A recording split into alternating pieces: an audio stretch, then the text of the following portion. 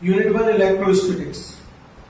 Today we only discussing the things related with Coulomb's law. Coulomb's law is applicable for the stationary and point charges.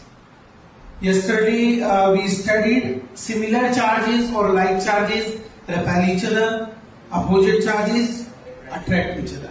हमने देखा coulomb नाम के वैज्ञानिक ने एक नियम दिया जहां उसने बताया कि सिमिलर चार्जेस में रिपल्शन होता है और अपोजिट चार्जेस में अट्रैक्शन होता है। तो एक रूल निकल के आया, उस रूल को अपन कहने लगे Coulomb's inverse square law.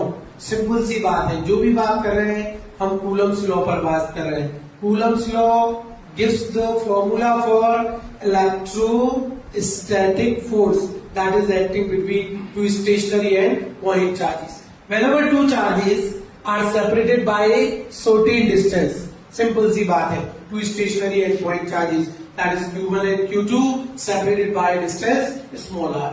The force of attraction or repulsion acting between two charges is directly proportional to the product of magnitude of their charges.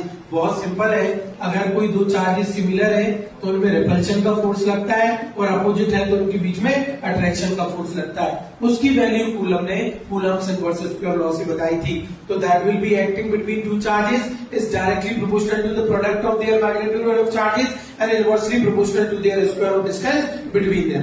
हमने देखा कि चार्जेस का मैग्नीट्यूड बढ़ता है तो फोर्स की वैल्यू भी बढ़ जाती है, चार्जेस का मैग्नीट्यूड घटता है तो फोर्स की वैल्यू भी घट जाती है। जब आप दोनों के मिलाते हैं तो प्रोपोर्शनल के साइन को हटाते हैं तो एक कांस्टेंट आता है, कांस्टेंट को के से दर्शाते हैं। साइंटिस्ट कूलम ने सेवरल एक्सपेरिमेंट किए और उन सेवरल एक्सपेरिमेंट के बेस पे वो एक निष्कर्ष पे पहुंचे कि जो कांस्टेंट की वैल्यू होती है वो काय पर डिपेंड करती है, that will be depending on medium and unit.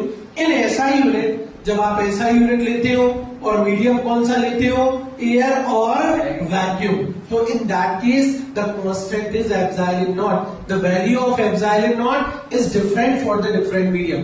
What does we say that epsilon naught is the permittivity of air और vacuum। epsilon naught क्या है, परमिटिविटी ऑफ एयर और वैक्यूम है और इसकी वैल्यू होती है 8.854 इंटू 10 की पावर -12। आपको पता है अगर आप इसकी यूनिट निकालना चाहोगे तो F is equal to formula 1/4 pi epsilon naught Q1 Q2 upon R square. इस एप्सिलॉन नॉट को यहाँ रख दोगे, फोर्स की वैल्यू नीचे आ जाएगी तो that will be Coulomb square upon newton into metre square. Whenever you have to take this constant here you are getting 9 into 10 की power 9। So replace here F is equals to 9 into 10 की power 9